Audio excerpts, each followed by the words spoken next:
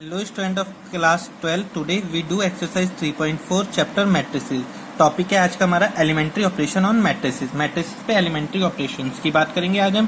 Total elementary operations, जो elementary operations होते हैं टोटल नंबर में 6 होते हैं। कितने होते हैं नंबर में? 6 होते हैं। 3 रोज के लिए होते हैं और 3 एलिमेंट्री ऑपरेशन कॉलम के लिए होते हैं। ठीक है, एलिमेंट्री ऑपरेशन, इसी को हम ट्रांसफॉर्मेशन ऑपरेशन के लिए क्या बोलते हैं? ट्रांसफॉर्मेशन।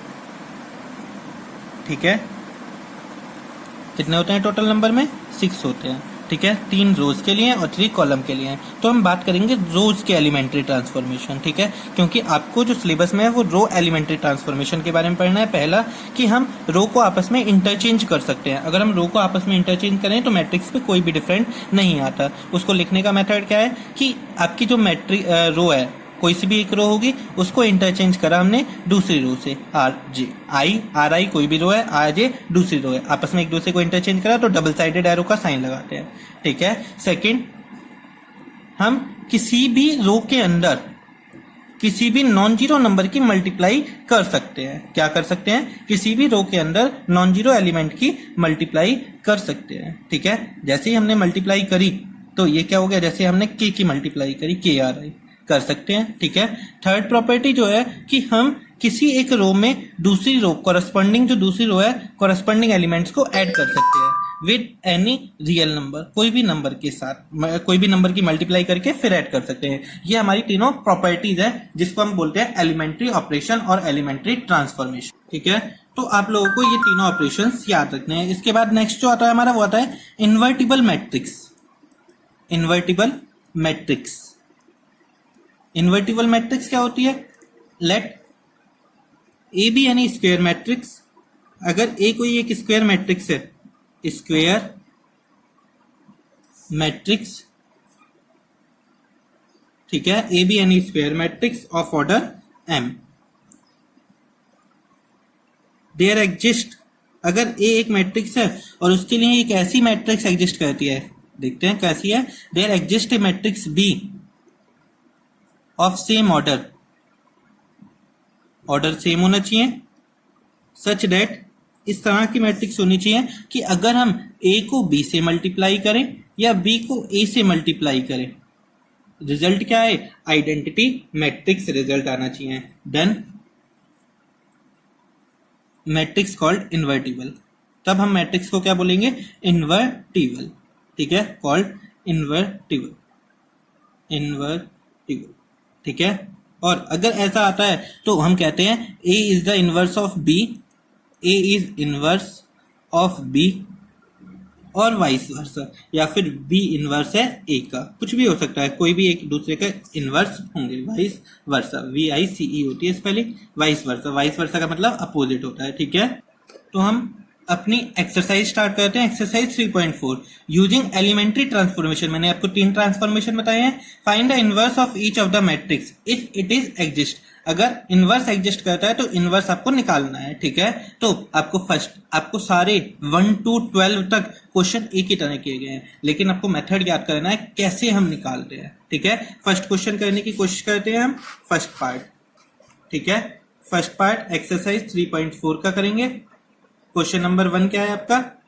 इसको हम मान लेते हैं, लेट, ये मैट्रिक्स हम ले लेते हैं ए, और ये मैट्रिक्स क्या है आपकी? 1 2 -1 3। ठीक है, क्या है आपकी मैट्रिक्स? 1 2 -3।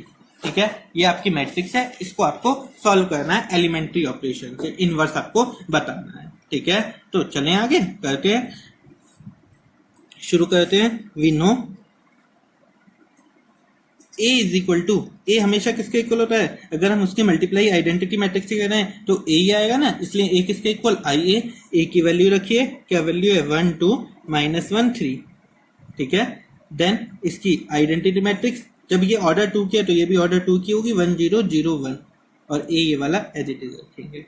तो अब जब आप इसमें ऑपरेशंस लगाते हैं तो आप ऑपरेशंस इस तरह से लगाते हैं कि सबसे पहले जो A11, मैं आपको लिख दे रहा हूं कि जो सबसे पहले A11 एलिमेंट को 1 बनाएंगे। क्या बनाना होता है? A11 एलिमेंट को 1। जो मैंने आपको अभी ये ऑपरेशंस लिखवाए ना, इन तीनों ऑपरेशंस का इस तरह से यूज करना है कि A11 एलिमेंट क्या बन जाए? 1 बन जाए। इसके बाद जो इसके नीचे वाले एलिमेंट है, मतलब A21 है, A31 है, इनको आप 0 बनाएंगे। ठीक है। पहला स्टेप क्या है, A11 को 1, फिर इन दोनों को 0, ठीक है। 3/3 जनरली आपकी बड़ी से बड़ी मैट्रिक्स होगी। फिर इसके बाद जब ये पूरी कॉलम हो जाती है तो दूसरी कॉलम पे चलेंगे। दूसरी कॉलम में 1 वाला कौन होता है आइडेंटिटी में, A22 होता है ना, तो A22 को 1 बनाना है।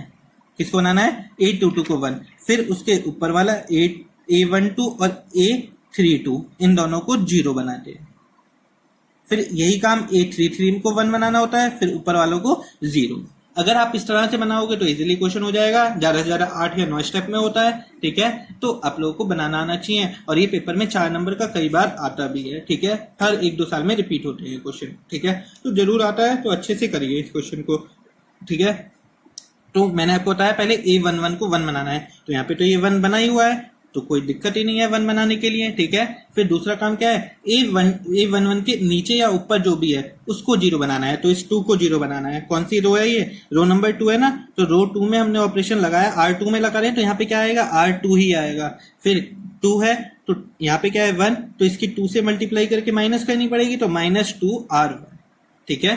-2R1 क्यों लिखा, जो R2 होता है वही आपको यहाँ लिखना है। अगर प्लस का साइन है तो माइनस, माइनस का साइन है तो प्लस, और जिसको आपने 1 बनाया ना उस वाली रो से माइनस करेंगे, क्योंकि 1 से मल्टीप्लाई करेंगे तो वही नंबर आ जाएगा। जब ये ऑपरेशन लगाया R2 में लगाना है ना, तो R1 एज इट इज लिखी, R2 में लगाया 2 माइनस 2 1 जा 2, 2 में से 2 माइनस करे 0। सेम यहाँ पे करेंगे 3, ठीक है। मैं लिख देता हूँ अभी 3, ये क्या हुआ -2 मल्टीप्लाई -1 से, ठीक है। एक आज मैं आपको इस क्वेश्चन में थोड़ा सा एक स्टेप ज्यादा ले लूंगा, नहीं तो वैसे तो हम एक ही स्टेप में क्वेश्चन कर देते हैं। R1 एज इट इज 0 -2 और 1, R1 क्या है हमारा 1, कॉरेस्पॉन्डिंग एलिमेंट ही लेते हैं, ठीक है। फिर दूसरा एलिमेंट यहाँ पे लिखते हैं 0 1 -2, और R1 कितना है 1 के ऊपर 0 है ना, तो 0 से मल्टीप्लाई, जो आपने लिखा है उसी के अकॉर्डिंग चलना है। रिजल्ट क्या है आपका 1 -1 0 3 3 + 2 5 आ चुका है, इज इक्वल टू 1 -2 1 -2 0 0 से मल्टीप्लाई 0 1, ठीक है। अब आपने जो पहली कॉलम है उसका पहला एलिमेंट 1 हो गया A11, और बाकी 0 हो गए ना। अब दूसरी कॉलम पे चलते हैं। दूसरी कॉलम में डायगोनल एलिमेंट कौन आता है, A22, तो उसको 1 बनाना है, मतलब 5 को 1 बनाना है। तो 5 को 1 बनाने के लिए क्या करना पड़ेगा, R2 को क्या करा 5 से डिवाइड कर देते हैं। क्या कर देते हैं 5 से डिवाइड, R2 को क्या करे 5 से डिवाइड करा, तो क्या आ गया आपका 1 0 -1, 0 को 5 से करा 0 ही आएगा ना, 5 को 5 से करा 1 आ गया आप लोगों का। फिर इसी तरह से यहाँ पे करते हैं 1 0 -2/5 1/5, और साथ में A2 चल रहा है ना, तो वो A लेके चलेंगे आप लोग, ठीक है। नेक्स्ट, अब आपने ये 1 बना लिया, तो अब इसके बाद इसके ऊपर नीचे वाले 0, तो -1 को 0 बनाना है, ठीक है। तो अब ऑपरेशन क्या लगाएंगे, इसको 0 बनाना है, किसको है R1 को, तो R1 में ऑपरेशन लगेगा। क्या ऑपरेशन लगेगा, R1 एज इट इज, ठीक है। माइनस का है तो साइन मैंने क्या बताया, जो भी साइन है उसका अपोजिट, प्लस कितना है 1 की मल्टीप्लाई जिसको अभी आपने 1 बनाया उससे, मींस R2 से। तो ये क्या हो गया आपका, यहाँ पे आ गई 1 0 0 1 आइडेंटिटी मैट्रिक्स आ गई। और ये क्या हो गया आपका, माइनस कीजिए, R1 में लगाना है ना, तो 1 + 1 की मल्टीप्लाई -2/5, 0 + 1 की मल्टीप्लाई 1/5, ठीक है। इस तरह से लिखेंगे ना, -2/5 1/5 A। रिजल्ट 1 0 0 1 कितना आ गया, माइनस कर लेते हैं 5 5 - 2 3/5, ठीक है। एलसीएम लेके गए ना, 1/5 -2/5 1/5 A। देयरफॉर अब जब कंप्लीट कन्वर्जन हो जाता है ना, तो A इनवर्स जो ये मैट्रिक्स ऑब्टेन हुई है इसको हम क्या बोलेंगे, A इनवर्स, ठीक है, A इनवर्स, ठीक है। I hope you understand this question, ठीक है। क्योंकि कई बार ये क्वेश्चन आपको बहुत जरूरी है समझना। इस एक्सरसाइज में से कई बार अगर 2/2 की मैट्रिक्स आती है तो 2 नंबर का क्वेश्चन आता है, और 3/3 की मैट्रिक्स दे दी तो इसका मतलब 4 नंबर का क्वेश्चन पक्का है इसमें से। तो अब एक और क्वेश्चन देख लेते हैं, जो आपको डिफिकल्ट सा लग रहा हो वो कर रहे हैं, ठीक है। तो हम कर लेते हैं ये वाला, ये कर लेते हैं, चलो 5th कर लेते हैं, 2 7 1 4, ठीक है। 5th क्वेश्चन क्या है, 5th, let A is equal to वही जो आपको दे रखा है 2 7 1 4, ठीक है। तो वी नो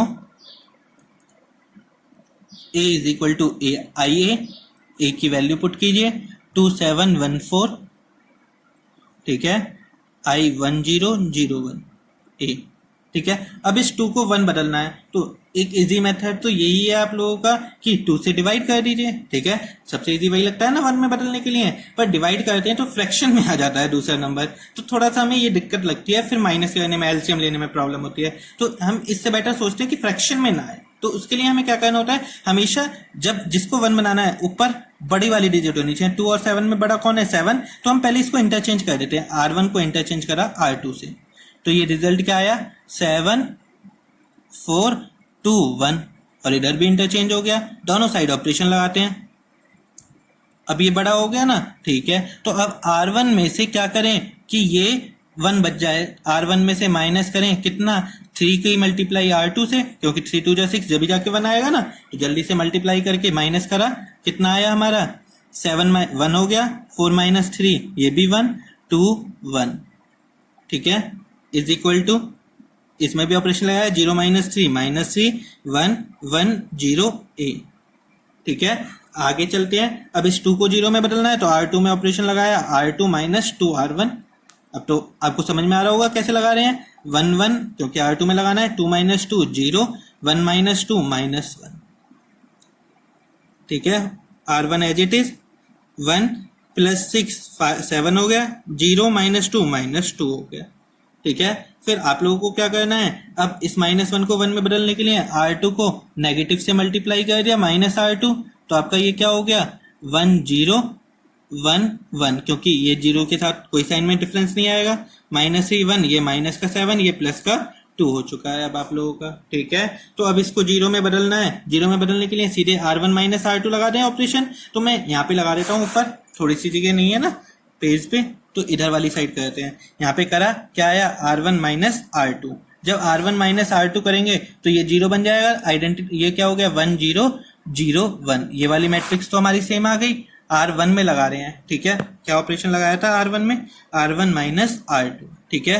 तो पहले R2 को नोट कर लेते हैं, नीचे से देखते हैं R2 आपका कितना है -7 2, अब ऑपरेशन लगाइए, -7 -3 -7, तो -3 + 7 4 हो गया, 1 - 2 -1 a, ठीक है।